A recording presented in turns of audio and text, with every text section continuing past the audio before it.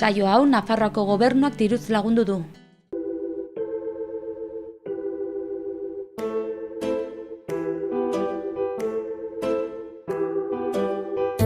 Eta gaurkoan hurbiletik saio honetan irakaskuntza kontuak izanen ditugu mintzagai, baita hezkuntza ere, izan ere lotuak doaz biak.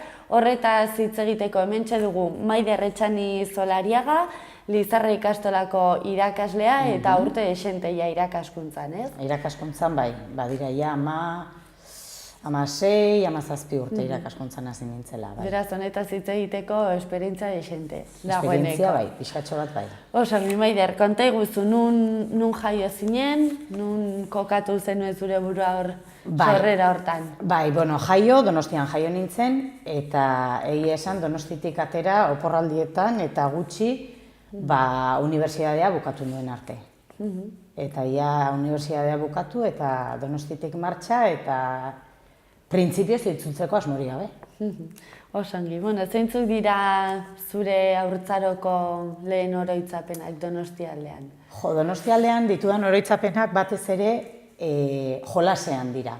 Bai auzoan, Donostiko 10 auzoan bizi nintzen eta hango lagunekin jolasean kalean eta ikastolan. Ikastolan ere bai bagenuen gaur egun, pentsa ezina izango litzatekeen kontu bat eta bazen barranko bat, amildegi bat genuen ikastolan, eta han bazegoen horrela gasolina bidoi handi horietako erdoildu bat, hutsa, eta han barruan sartzen ginen eta amildegian bera botatzen ginen. Gaur egun hori pentsa ezina izan liteke dozein eskolatan, noski bai, baina. Nola aldatu diren, ez, jolasak? Baina jolasa da, ez dakit hor daukadana aurra nintzeneko oroitzapenak horiek dira. Asko aldatu dira jolasak gaur egungo aurrak kontuan hartuz eta zure haurtzaroko garaia adibidez? Aldatu dira, neurri batean teknologia berriak hor daudelako, eta egia da gaur egungo aurrek izugarri pila jolasten dutela teknologia berriekin, baina egia da, teknologia horiek alde batera uzten ditugunean, guk egiten genituen jolasak eta gaur egun egiten dituztenak, berdinak ez badira oso antzekoak direla, bai. Bai, ikusten da, aurra da, lehen eta orain. Orduan, sartu dira elementu berriak, eta elementu berri horiek egia da engantzatu egiten dituztela, baina horiek baztertuta, nik uste berdinak. Zer nolako oroitzapenak dituzu eskolakoak? Eskolakoak? Donostian. Politak. Nik uste oroitzapen politak direla. Adin oso polita da, orduan kezka oso gutxi dituzu haurtzaroan. Badira kezkak noski eta momentu oso txarrak ere bizi dituzu. Nahiz eta gero helduei tontakeria iruditzen zaigu, momentu horretan aurrazarenean izugarriak dira, ez? Baina zoriontasuna da, bai, hor dagoena. Zer izan nahi zenuen handitan irakasle moduan imaginatzen zenuen burua edo ez? Ez. Handitan denetarik izan nahi nuen. Ilea pantzailea izan nahi nuen, margolaria izan nahi nuen eta Parisen bizi nahi nuen, gerora pixka bat helduxeagoa izanik psikologoa ere izan nahi nuen, orduan denetarik pixka bat, ez? Denetan saltxeatzea nahiko salsera izan ez beti ere, eta hori gauzak ezagutzeko jakin mina, eta bai. Nola iritsi zinen irakasle izateko erabaki horretara? Bokazioz, ala... Nik uste bizitzak berak eraman ninduela hortara. Bai, ikasten ari nintzen bitartean, gurasoekin bizi nintzen oraindik ere, Donostian ikasi nuelako gero unibertsitatean, baina egia da, zure diru iturria ere nahi duzula, eta partikularrak ematen hasi. Nik uste, oinarri-oinarrian, ia denok hasi ginela horrela ez. Eta gero bai, egia da, aukeraketa egin nuenean, Euskal Filologia ikasteko aukeraketa karambola xamarra izan zela, ze egia da arte ederrak ikasi nahi nituela hasiera batean. Baina, hainbat gertakari izan ziren hor urte batean ere bizitzan, eta horrek eraman ninduen Euskal Filologia ikasteko erabaki hori hartzera. Naiz eta egia esan, ikastolan irakasleek esaten zidaten, bide hori zela gehiago nire bidea, gaztaroko errebeldia horietan, ni tematu nintzen ezetz, naiz eta gero bueltatu nintzen, haiek esaten zidaten horretara, ez? Eta hor, Euskal Filologia ikasten hasita, euskaltegian hasi nintzen klaseak ematen, eta ikusi nuen, hori zela benetan egin nahi Gustatzen nuena. zitzaizuna, ez? Bai. Oso ongi. Nola bizi izan zenuen zure gaztaroa? Zer nolako testu ingurua zegoen zure pixka bat gazteago zinenean? Bai, gazteagoa, ni kirolaren alderdia izan dut beti hor, kirolain izan dut beti danik, aurra nintzenetik, eta gaur egun ere egiten jarraitzen dut, eta orduan, bazituen nolabaiteko bi alderdi gaztaro horrek, ez? Kirolaren alderdi hori, hasiera batean indarra handia zuena, baina egia da, gero, nera bezaroan sartuta, gauzak pixka bat aldatzen joaten dira, eta beste lagunen bide hori ere, orduan gaztaroa nola parrandan batez ere. Bai, parrandan eta gero gizartearekiko konpromesua, gizartearekiko kezka horrekin, ardura hori ez. Eta, nera bezaroaren prototipoa den horretan, gu ginen munduaren gunea eta dena gure inguruan zegoen. Bai. Zenelako testu ingurua zenuten? Testu ingurua, garai gogorrak izan ziren. Gatazka edo bai, kalean izaten zen mugimendu handia, eta mugimendu horietatik asko ikasi genuen. Nik uste dut baietz, perspektiba hartzen, gauzak lasaitasunez hartzen, sufrimendu asko egon zen, inguru batez ere, bai guregan eta inguruko personek ere asko sufritu zuten, gurasoek asko sufritu zuten. Bai, garai gogorrak izan ziren. Nostin kalean ezin zinen aspertu ez, garaietan? Ez, aukera handia zegoen, kalean ibiltzeko aukera handia, ekintzak bazeuden. Gaur egun egia da, agian modu egituratuagoan, badaude ekintza horiek ere bai, ez? Baina garai hartan bazen autogestionatua gehiago, eta hori oso polita zen. Gazte errebeldea izan zara? Ez dakit errebeldea. Inkonformista xamarra bai. Ezarria zegoenarekin, batzuetan zentzuz, eta beste batzuetan adinak aleskatzen zuelako. Kontra egitea eta kitxo, baina, nera bezaroaren arrastoa hori da, ez? Ez zara ez aurra, ez zara ez heldua, hormonak hor dantzan dabiltza, ez zaude gustora ezerekin, ez da zure buruarekin ere, orduan, bai. Orduan, errebeldea zentzu horretan, bai. Etxetik kanpo, noiz joan zinen gurasoen etxetik? Gurasoen etxetik joan nintzen, karrera bukatu, eta lanean hasteko. Lanean hasteko ez da zehatza. Karrera bukatu eta karreran zehar lanean aritu nintzen euskaltegian, lehen aipatu dudan bezala, eta gerora bai, nik eta nire bikoteak biok oso argi genuen, biok irakasle, biok euskal filologia ikasia, eta oso argi genuen Nafarroan nahi genuela bizileku, eta Nafarroan lan egin nahi genuela. Orduan, aukera txikiena suertatu zenean, 2001 urtean, Nafarrora etorri ginen. Gainera erabakia izan zen ez pentsatua, ze izan zen ostiral batean deitu zidaten, baina niri izan zen Iruñatik deitu zidaten, esanaz astelenean lanean hasteko. Orduan, ostiraletik astelenera trasladoa prestatu eta gurasoei agur esan. Eta zergatik Nafarrera? Ez dakit, sentimendu kontuan ikuste. Egia da nik Nafarroarekin zuzeneko lotura edo familiarteko loturarik ez dudala izan, nire bikoteak bai, bere gurasoek aita txiki-txikitatik etorri izan delako Garesera, oporraldietan, eta bazeukaten etxetxo batan, familiaren etxea zena. Orduan bai, nire gurasoekin bizi nintzenean ere, denboraldiak pasatzen genituen Garesen. Eta unaik oso argi zuen hasiera batetik, eta ni nolabait Nafarroarekin maite mintzen, joan nintzen, bai.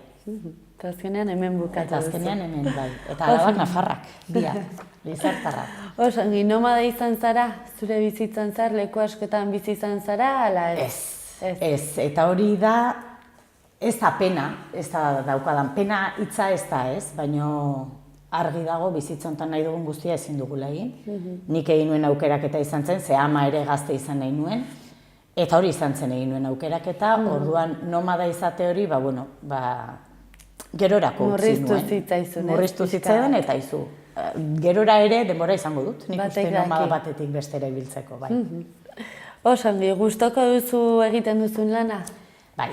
Bai, eta lehen esan dizut, ez? Irakaskuntzan niretzako bokazionala etzen izan hasieratik beti danik irakaskuntza nahi izan nuela edo ez nuen nahi izan, baino egia da irakaskuntzan hasita engantzatua geratu nintzela irakaskuntzarekin, eta geroz eta argiago daukat, hori dela egin nahi dudana, bai.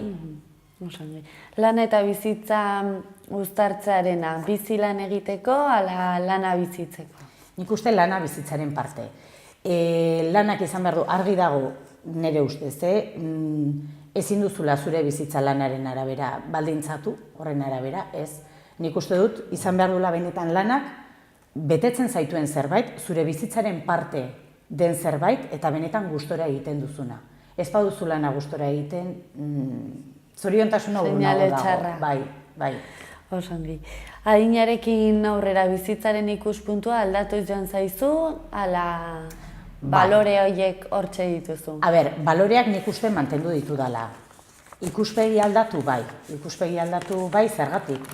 Nik uste bizitzen aurrera joan ala, egoera desberdinak bizi dituzula, nik uste egoera guztietatik ikasten dugula, orduan ikuspegi desberdinak ere hartzen dituzu. Agian lehenago etzen dituenak edo ikusten etzen dituenak, igual empatiarekin lotuko nuke ez. Empatizatzen gehiago ikasten duzu, egoera desberdinetan ere gehiagotan jartzen zarelako, eta horrek neurri batean bai ikuspegi hori aldatzera eramaten zaitu. Irakaskuntza alorrarekin jarraituz, noiz sentitu zenuen zaletasuna, grin hori eta esatea, honetan aritu nahi dut, ez? Eta gainera horretan aritu zara, eta zure burua hortxeko kokatu duzu, ez? Ez dakit, ez dago momentu bat, egia da Donostian, lehenengo ordezkaketatxo bat Donostian egin nuen, hango eskola batean, eta eskola gogorra zen, eskola zaila zen, arazo asko zituzten gazteak zeuden, arazo larriak zituztenak ere bai, oso gazte nintzen orduan, 23 urte nituen, 23-24 urte nituen, eta ikustea adin horrekin, 12-13 urtekoak laguntzeko, ez dakit nola eskertzen zuten hor hurbiltasun hori, laguntza hori, ja ez arlo akademiko edukiei dagokien horretan, nik uste hezkuntza hori baino gehiago ere badela, ez?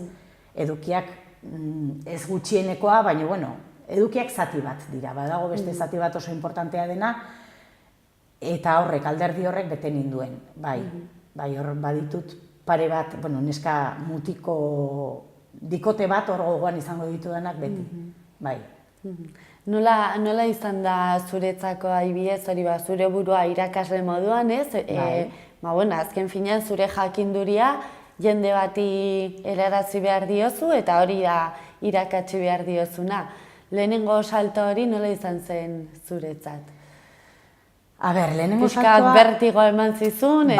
Bai, bertigoa, neurri batean horregatik, ez? Karo, irakaskuntzan oso gazte, 23-24 urte, oso gazte, egia da zu pentsatzen duzula hor dena zure esku dagoela, baina etzen horren bestekoa distantzian ere ikasleekiko adinari dagokionean. Hor bat zeuden, nik garai hartan futbolean jolasten nuen, eta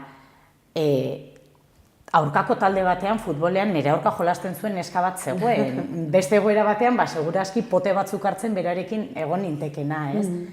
Orduan, batzuetan pentsatze hori esatekoa, eta nahikoa esperientzia badaukat, nahikoa gaitasun badaukat egoera horiei aurre egiteko, baina nik uste irakaskuntza oso eskerronekoa dela, bai. Eta esaten dute, ez, irakasleen oporraldiak, irakasleen soldatak, irakasleen... Bai, eta hori guztia hor dago, egia da, baina irakasle izanik eskertzekoenan ere ustez ikasleengandik jasotzen dugun eskerrona da, bai. Irakaskuntza geroxago itzengo dugu horretaz, baina hezkuntzari dagokionez, adibidezuk, ez? Gaztaroan jaso zenuen hezkuntzari dagokionez eta gaur egun, zu protagonista ez zara beste aldean. Nola ikusi duzu aldaketa hori urte guzti hauetan? Eta bakarrik pentsatzekoa, adibidez duela 60 urte, 70 urte zenolako hezkuntza zegoen ikastetxeetan, ez? Ibilbide guzti hori nola ikusten duzue hezkuntza barrutik? Bai, argi dago gizartea aldatu den neurri berean aldatu dela, agian gutxiago, baina hezkuntza ere bai. nik nire esperientziatik esan dezaket edo senti dezaket, hurbiltasuna, irakasle arteko hurbiltasun hori gaur egun oso handia da. Garai batean hor distantzia handia zegoen. Disiplina kontua esaten da, bai, disiplina bai, klaseak ematea bai, baina lehen isilik eta geldi mantentzearena beldurraren ondorio bat zen. Eta ez dut uste hori sanoa denik. Nik uste bai behar dela isiltasun hori, behar dela momentu batzuetan, bai, beste batzuetan ez, baina hurbiltasun hori. Osea, sentitu behar du ikasleak eroso. Eta nik uste garai batean etzela sentitzen. Nire kasuan egia da, nik alde hortatik zorte handia izan nuela ikastolan, irakasleak nahiko hurbilak zirelako gurekin. Bai? Eta, baino egia da edukiak ematerakoan, garai batean edukia zen funtsezkoena, gaur egun ez. Edukiak bai, garrantzitsua dira, edukiak beharrezkoak dira, baino ez hori bakarrik. Eta agian lehen horri bakarrik ematen zitzaion garrantzia. Gaur egun badaude beste alderdi batzuk, hori bezain garrantzitsuak elkarbizitza dela, edota kompetentziak direla, edota atera eta bizitzan edozein egoerari aurre egiteko gaitasun hori garatu behar da.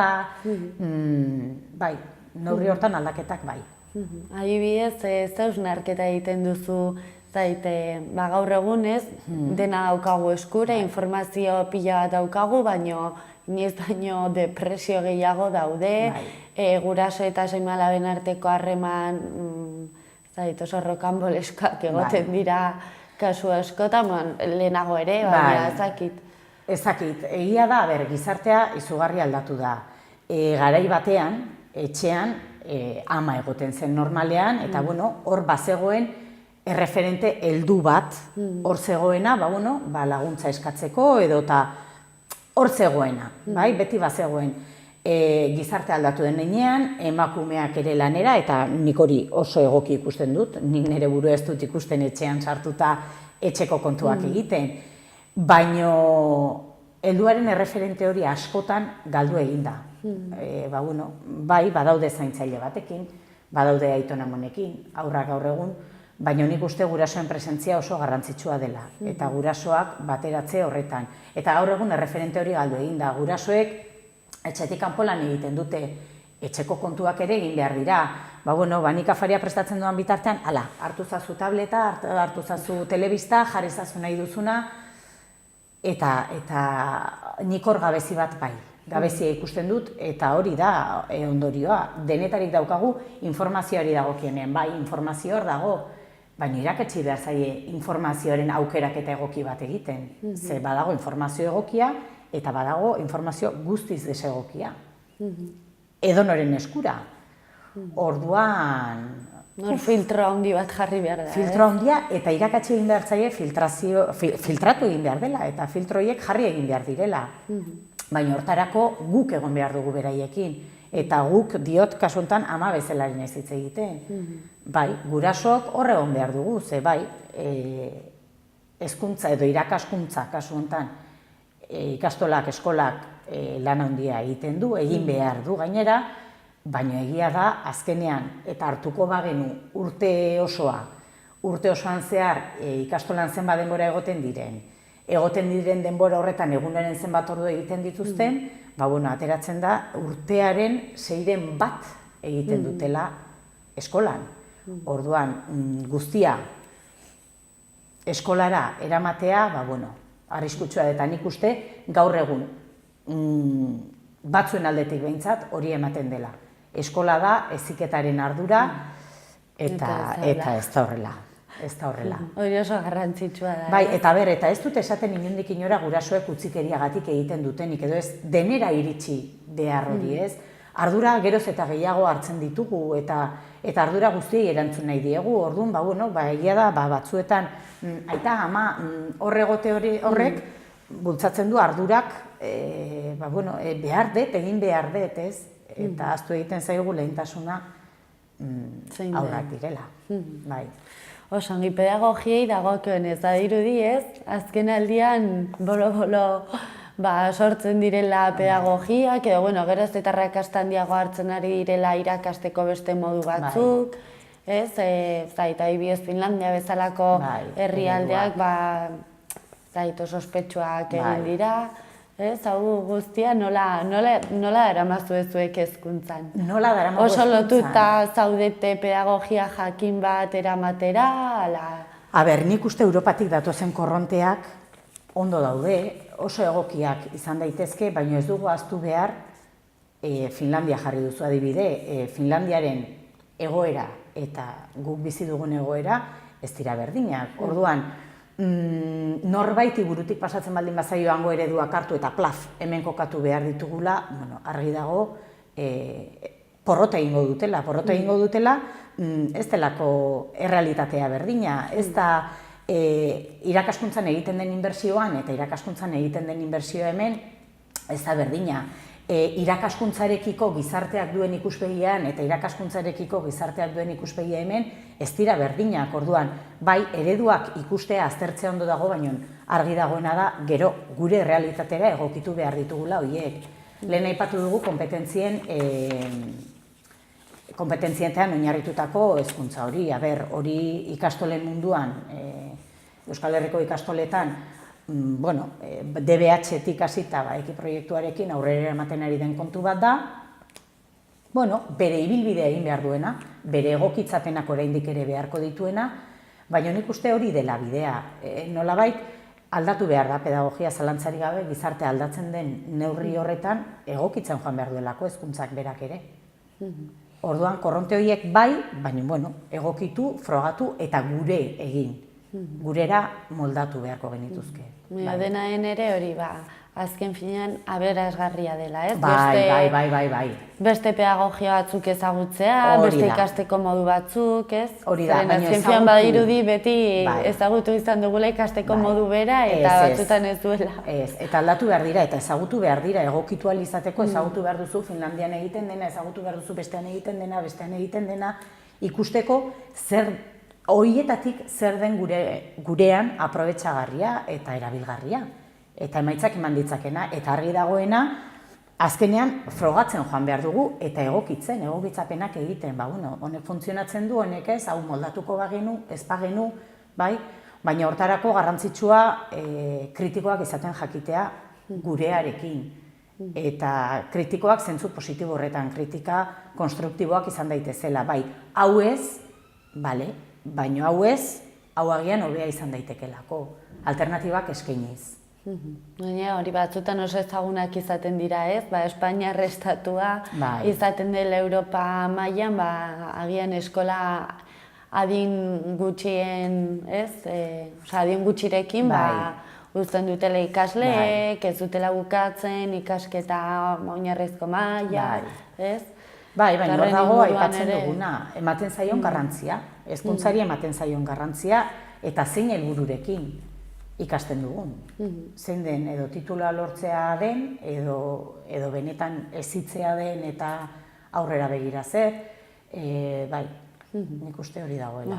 Orain ikastolan zer duzue eskuartean, Lizarraldean adibidez? Orain ikastolan zer dugun eskuartean, aipatu dut konpetentzien bide horretan, eki proiektua, aurrera ematen ari gara DBH, erronka garrantzitsua, aldaketa haundia, ez agian hizkuntzatan, ze hizkuntzetan proiektu bidez lehenago ere lan egiten genuen, horri bueltatxo bat gehiago eman diogu hizkuntzatan, baina zientzia gizarte alderdietan aldaketa handia da. Orduan, irakasleak sekulako esfortzu egiten ari dira, formakuntzari dagokionean, materialen egokitzapena egite horretan, eta hori egia da, DBH osoan, momentu honetan 3. maila bitarte daukagu, datorren urtean DBH 4. mailan ere izango dugu, eta 6. mailara, poliki-poliki, lehen hezkuntzan ere jaisten ari da. Hori alde batetik, eta gela barruko horri dagokionez, gela barruan ere, baina beste alderdean elkarbizitza daukagu, eta hor entzune izango duzue, baina Kiba proiektuarekin, ikastolak Kiba proiektuan sartu dira, Finlandiatik etorritako proiektua, eskola jazarpena saiesteko bitartekoak edo jartzen dituen proiektua da, eta momentu hontan, batez ere lehen hezkuntzan, indarra handia jartzen ari da horrekin. Hor ere formazioa eta aurrezkuntzari begira Hor daukagu haurrezkuntzaren marko pedagogiko berria, eta hemen ere, aipatu ditugun, eredu desberdinak aztertuz, pedagogia berri bat eskaini nahi zaio haurrezkuntzari, lehentasunak ere aldatu direlako. Beraz, honekin, guzti honekin, etorkizunari begira baduzuela handexente, ez? Bai, aspertzeko denborarik ez, esango nukenik. Bueno, ibilbide guzti honetan, ze nolako barruko sentsazio sortu zaizkizu, lanbide honen inguruan? A ber, orain eta momentu honetan ikusita eta agian ja ebaluaketak pasata, lasaiago gauden honetan, oso pozik. Egia da, badirela momentu oso puntualak, ebaluaketak direnean edo lanez lepo, badirudi etzarela iritsiko. Estresa handia, Estresa baino, kezka hori ez naiz iritsiko eta ansiedadea agian ez, baino momentu gogorrak pasatzen dituzu. Balorazio egiten duzunean, niretzako oso positiboa da, ikustea hor, nire kasuan, nerabeekin aritzen naiz lanean, oso eskerronekoak dira, eta ikustea beraiek, edo kalera atera, eta beraiek nola mantentzen duten hurbiltasun hori. Nik gogoratzen dut oraindik ere ikastolan, Lizarra ikastolan hasi nintzen lehenengo urte horretan, izan dituen nire lehenengo ikasle horiek, ez? Ja munduan zehar barreiatuta daude, eta orain, gabonak pasata, etxera itzultzen dira, eta gabonetan, beraiekin topo egin, eta hurbiltasun hori, ikuste hori, satisfakzioa da, bai. Oso garrantzitsua, niretzako betetzen zaituena. Asko, izugarri betetzen nau, irakaskuntzak, bai. Osongi.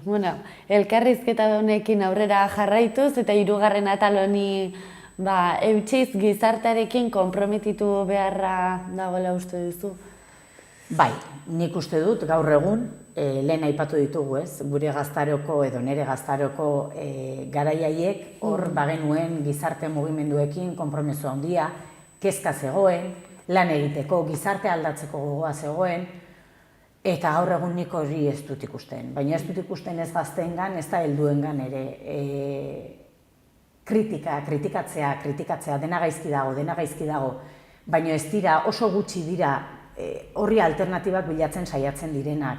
Gizartearekiko konpromiso horretan, gaizki injustiziak dauden edo gaizki dauden gauza horiek aldatzeko gogoa ez dut esaten egongo ez denik, baina gogoa baino zertxo bait gehiago behar dugu, konpromiso bat behar dugu eta esfortzu bat. Eta hor, urrats hori nik uste dut gaur egun falta dela. Ez dela lehen zegoenaren adinakoa. Eta argi daukat, ni gazte nintzenean, nire adina garai hartan zutenek, agian berdina pentsatuko zutela guregatik, ez? Gu gazteagoak ginenean, agian hori da ez dakit, baina ez dut uste gaur egun gizarteak lehen zuen konpromiso maila bera duenik. Eta uste dut beharrezkoa dela aldatu nahi baldin badugu. Naturari begira zaintzen dugu, natura, zure ustez? Ez behar adina. Nik uste hainbat gauza bai egin direla, hainbat urrats eman direla, sentsibilizazioari dagokionean, baina ez dago orokortua gizartean. Sentsibilizazio hori eta hori hor dago, bai.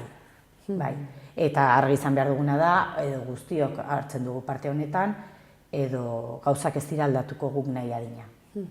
Bidaiatzari dagokionez gustoko duzu?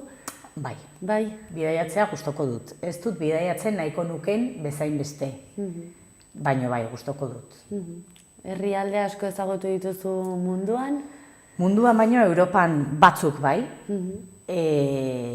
Baina, batez ere estatu frantsesa izan da oporraldietarako, bai.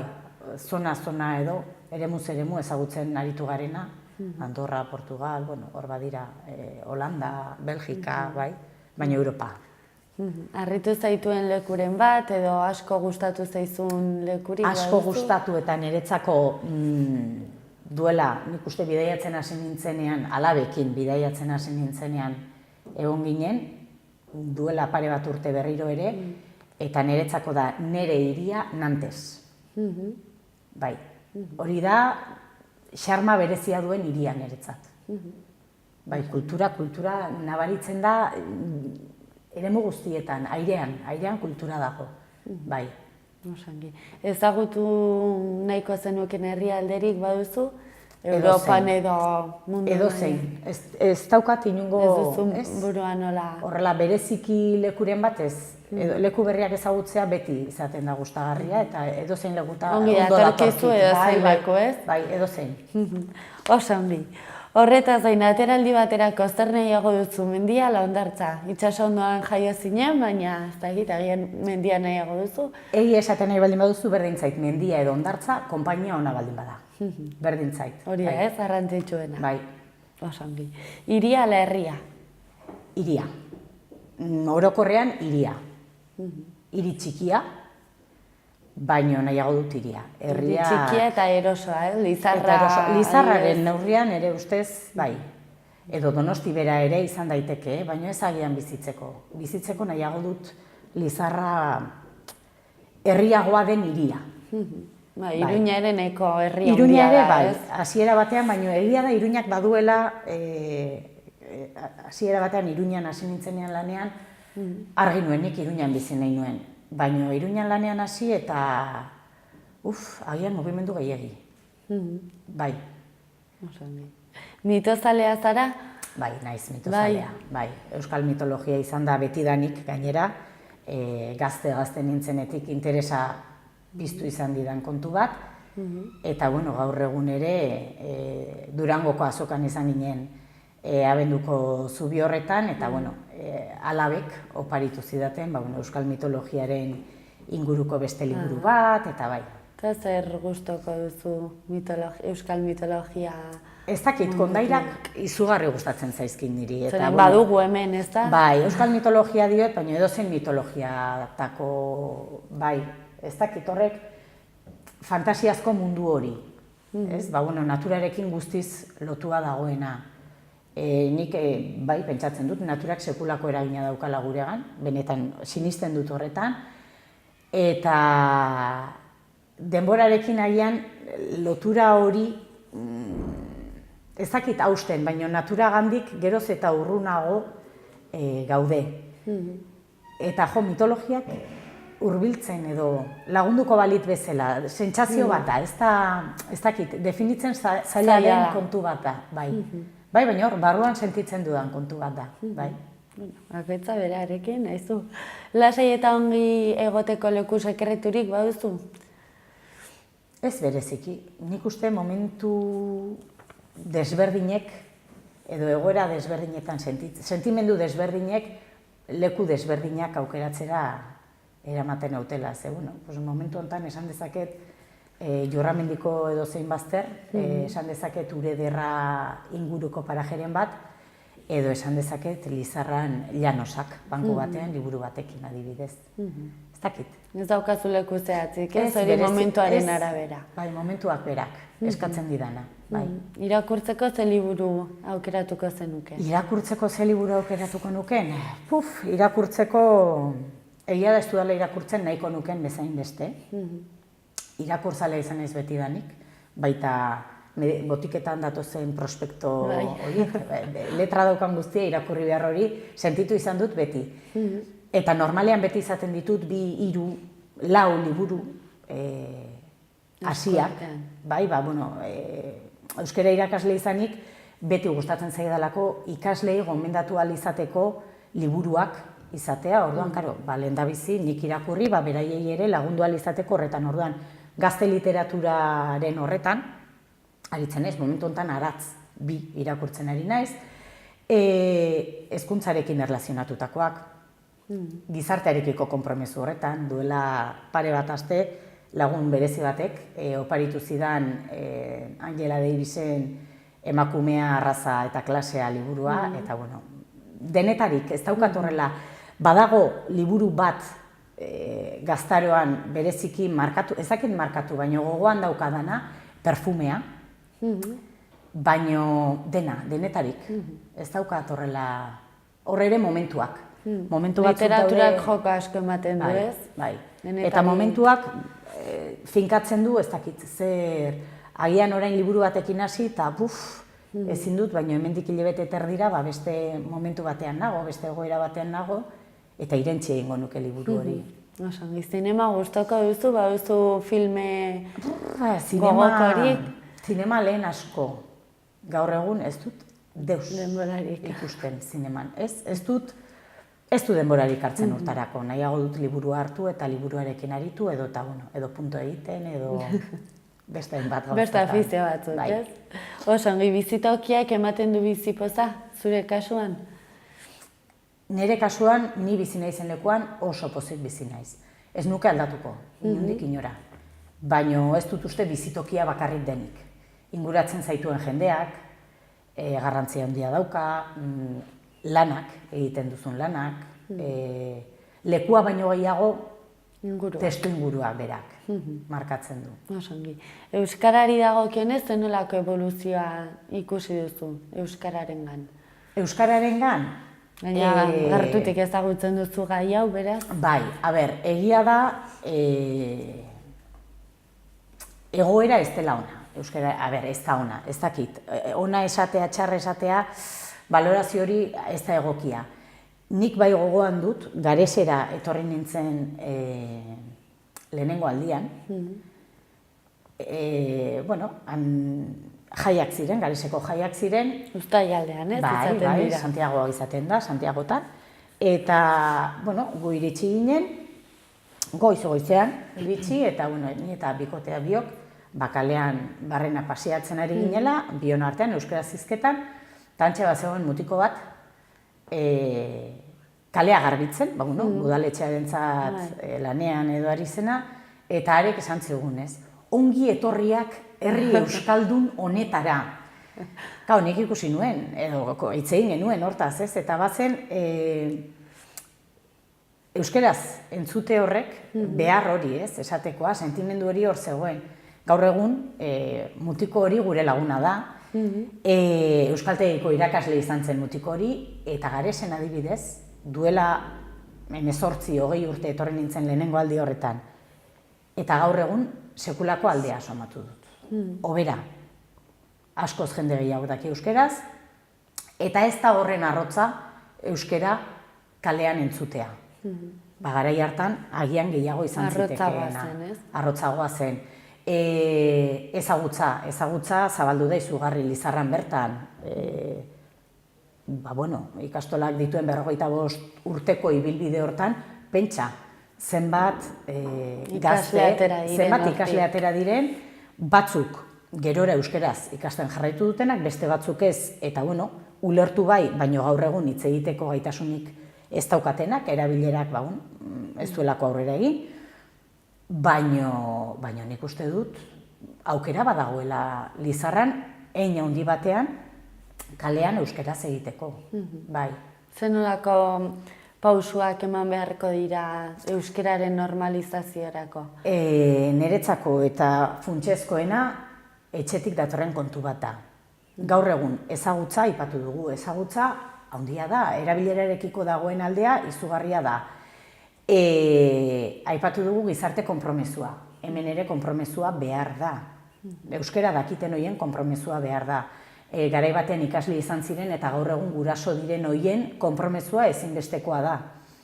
Egia da, eta zenbait eremu soziolinguistikotan, zaila gertatzen da, hor mantentze hori, nekagarria suerta daiteke zenbait momentutan, baino konpromesua gu geuk hartu behar dugu horretan, eta nik uste sentsibilizazio lan horiek egin behar direla, askotan, eta ikastolan izan ditugulako, gurasoekin olako hausnarketa saio batzuk burutzen ditugu, eta berriki azaroan izan genituen azken saio horiek, eta horra aipatzen dute ez, euskalduna izanik, seme-alabek haiei gazteleraz egitea, hor badago zerbait gertatzen da hor.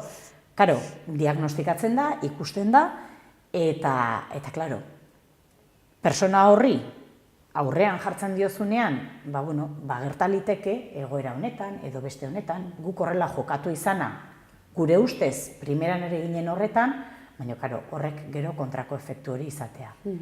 Eta ohartzea eta esatea bai. Orduan, familia horiei pistak eman behar zaizkie. Etxe horietan pistak eman behar dira, seme-alabekin nola jokatu, ze garrantzi duen, nire ustez, nik nire alabekin euskeraz beti, zuk ez dakizu euskeraz, Eta zu zaudelako nik ez dien nire seme-alabei gazteleraz egingo, zukulartzeko, nik eman behar didan mezua hori baldin bada, euskeraz egin behar diet. Eta ez dago hortarako joerarik. Prestigio handiagoa eman behar diogu guk euskerari. Eta nik uste hori badela gure esku dagoen zerbait. Oso erresa da jartzea plan estrategikoak direla, edo gobernuek ezartzen dituzten plan estrategikoak, baina hori ez dago gure esku. Nik uste dut, egunean egin behar ditugula, gure ekarpen txiki horiek, eta ekarpen txiki asko bilduta emaitzak ateratzen direla. Azken finean gaur egungo aur askok euskaraz ikasi duten gurasoak dituzte. Bai, hori da. Eta nik beti esan dut, hori ezinezkoa zen. Hori da. Edo ikastolak sortu zirenean, ez?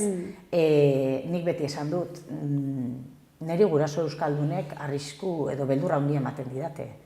Ze guraso euskaldunen jarrera desegokia askoz kaltegarriagoa da, guraso erdaldunen hainbat jarrera baino.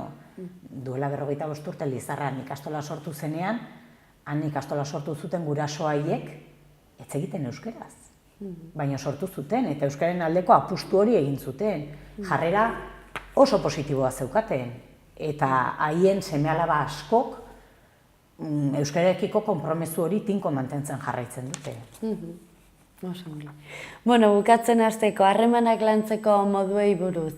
Hiria eta herrian iruditzen zaizu pertsonen arteko harremanak aldatzen direla, ala ez? Desberdinak dira. Hemen denetarik esan digute, Oso desberdinak. Ni bai Garesen bizi izan nintzen 2 urtez. Orduan herriarekin izan dudan kontaktua hori izan da 2 urte horiek. 2001-etik 2003 bitarteko hori. Egia da harremanak hurbilekoak direla. Askotan hurbilegi iruditzen zaizkit harreman horiek, bai. Baina, egia da laguntasun hori hor ikusten dela, ez? Batzuetan gehiegizkoa, norberaren intimidade hori ere, Eta hirian, horregatik aipatu dut hiri txikia. Hiri txikian ikuste badela, hiri handietan ez dago, lotura oso gutxi dago, ez? Bizilagunarekin agian izan dezakezu zortea baldin badaukazu ordutegi beretsutan egoten baldin bazara etxean, baina hiri txikiak badu herriaren hurbiltasunan neurri batean.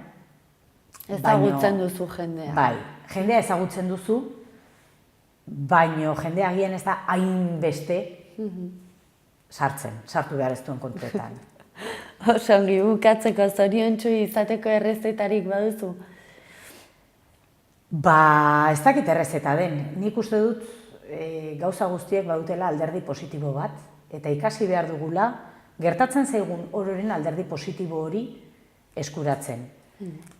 Beti negatiboan kokatua dagoen persona, nire ustez, ez dakit, kutsatzen duen persona toksikoa da, kutsatzen duena, eta ez zoriontasuna. Orduan, gauzen alderdi positiboa begiratzen eta baloratzen ikasi behar dugu. Eta daukagunarekin konformatzen. Benetan beti egongo dago baino okerrago dagoenik. Hobeto ere bai, baina okerrago dagoenik ere bai, orduan. Daukagun horrekin, daukagun hori, ez dakit konformatu ez da hitza, gehiago da baloratu daukagun hori. Benetan eskertu daukagun hori, eta gauzen alderdi positibo hori bilatzen. Eta toksikoak ez diren personez inguratzen saiatzen. Bai, nik uste bidea hori izan daitekela. Oso ongi Maider, plazer bat, ongi izan Lizarra aldean, eta ongi bukatu urtea eta hobe hasi. Mil esker. Eskerrik asko. Bueno, zuei.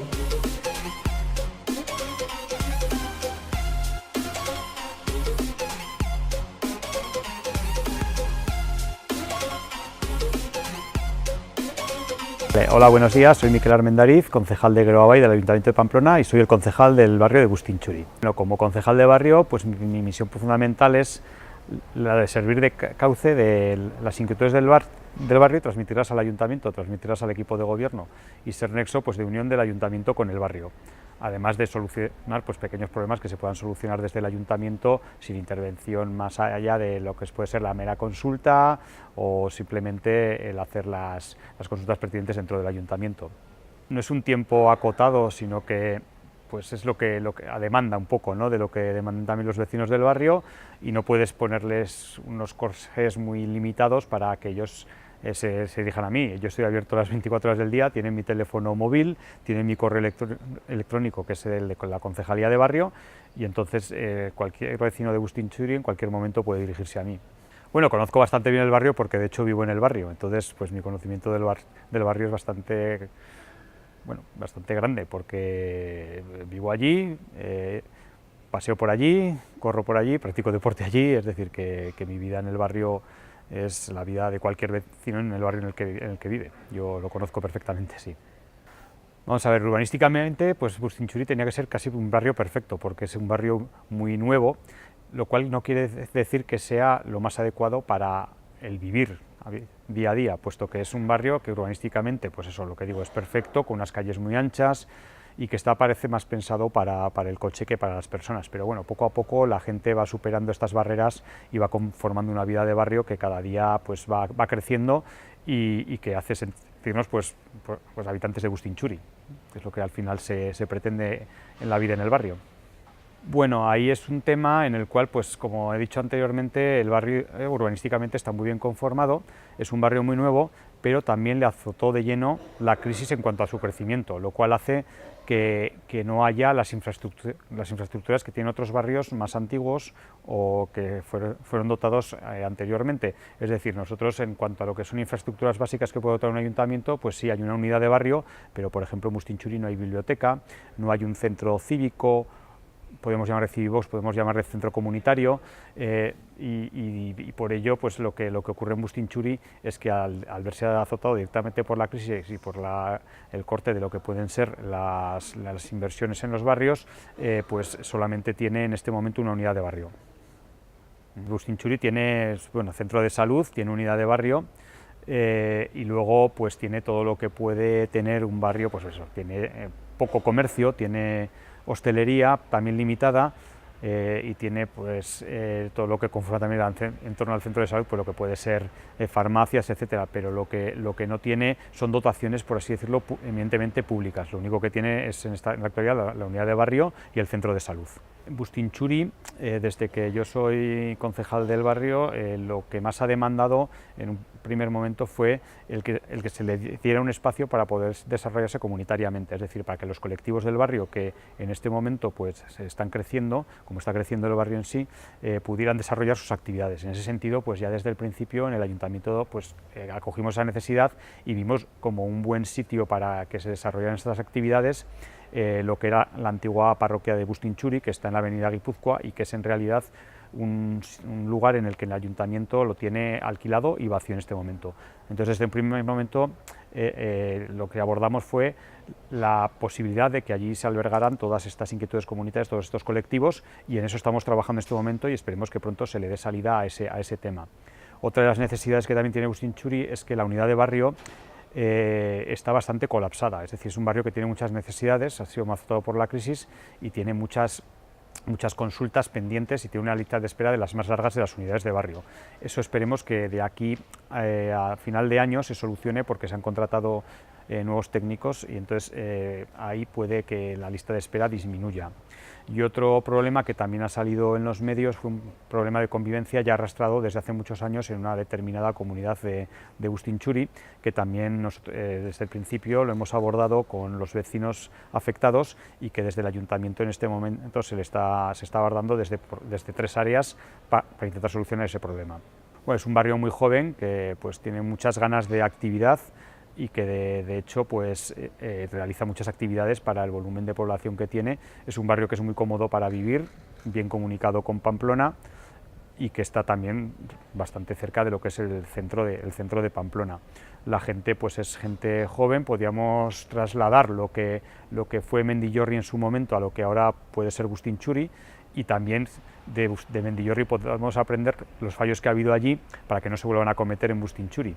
La conformación es muy parecida y yo creo que ahí podemos hacer que el barrio se conforme y crezca adecuadamente. Como he comentado antes también, una de las sino una de las dotaciones que se le va a dar a Bustinchuri es el próximo centro cívico.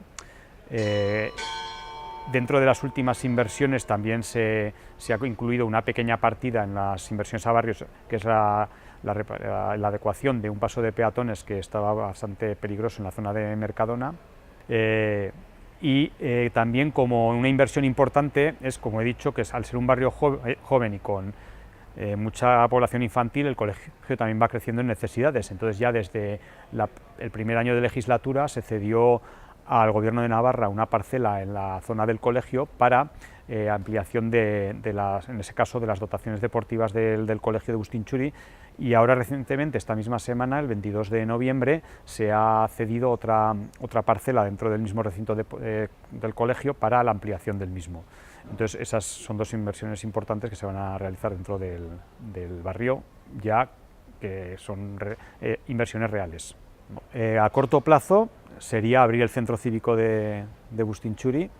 En ese aspecto tenemos que decir que el comportamiento de las asociaciones ha sido ejemplar con el ayuntamiento, puesto que siempre han estado dispuestas a, por así decirlo, facilitar la labor. Hay que tener en cuenta que el tejido asociativo de Bustinchuri ha crecido conjuntamente, y entonces no tenemos un tejido asociativo disperso, sino que trabajan conjuntamente. Entonces fueron capaces, pues, en poco tiempo, plantearnos un proyecto que lo tenemos encima de la mesa, y que ahora solo falta que el ayuntamiento responda con la dotación que se les dijo que se les iba a facilitar, que es la que he comentado, la antigua parroquia de Bustinchuri. Eso a corto plazo es una de las labores que tenemos que realizar y cerrar. Y otra es también, como he comentado antes, el que las listas de espera de la unidad de barrio se reduzcan y vayan a unas tasas de normalidad como en el resto de las unidades de barrio.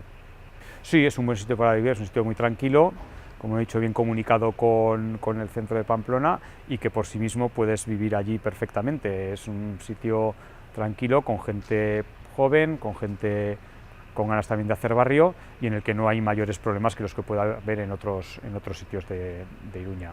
Sí, hemos tenido bastantes reuniones con el tejido asociativo, que al ser un barrio joven, es un tejido asociativo que es incipiente. Ellos están aprendiendo, nosotros pues estamos intentando ayudar en todo lo que podemos. También toman ejemplo de otros barrios que llevan más tiempo trabajando, pero lo que sí tenemos es un tejido social muy cohesionado, y que desde el ayuntamiento, siempre que hemos tenido demanda, nos hemos juntado con ellos y seguimos trabajando con ellos.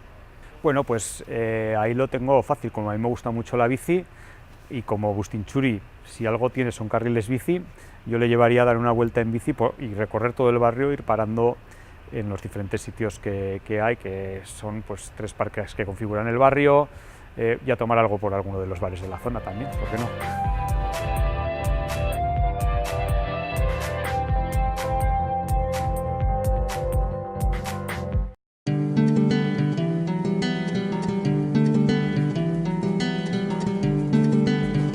Saio hau Nafarroako Gobernuak diruz lagundu du.